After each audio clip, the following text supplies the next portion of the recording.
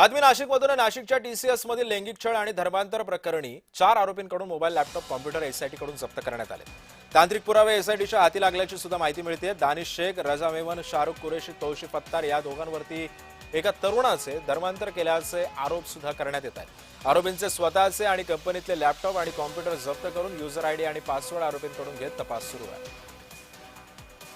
आणि या संदर्भात अधिक माहिती जाणून घेऊयात. माझे सहकारी किरण गोटूर सध्या आपल्यासोबत आहे. किरण, आरोपींच्या मोबाईलमध्ये धर्मांतर करण्याचे काही फोटोज आणि व्हिडिओ सुद्धा मिळाल्याची माहिती सध्या समोर येते.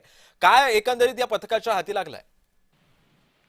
सिद्धेश, एक महत्वाची बातमी म्हणावी लागेल. कालच या टीसीएस प्रकरणातील 4 संशयित आरोपींना 2 मे पर्यंत पोलीस कोठडी देण्यात आलेली होती. त्यानंतर संपूर्णपणे तपासाला वेग आल्याचं आपल्याला बघायला मिळतोय. त्या संशयित आरोपींकडून मोबाईलसह काही लॅपटॉप असतील किंवा अन्य वस्तू ज्या आहेत ते पोलिसांनी जप्त केलेल्या आहेत. आणि या मोबाईल आणि या लॅपटॉप मधून काही तांत्रिक जे पुरावे आहेत ते पोलिसांच्या हाती लागलेले आहेत. आणि अजूनही या सगळ्या संदर्भात 2 मे पर्यंत तपास जे आहे ते पोलिसांकडून केला जाईल. मागच्या काही दिवसांपासून या सगळ्या प्रकरणाचा जे तपास आहे तो नाशिक जे एसआयटी कडनं केला जातोय. आता लॅपटॉप असेल किंवा अन्य जे वस्तू आहेत ते पोलिसांनी जप्त केलेला आहे आणि याच माध्यमातून काही पुरावे सुद्धा पोलिसांच्या हाती लागल्याचं बघायला मिळतं. आणखी काय काय माहिती अजून किरण या प्रकरणी समोर येते?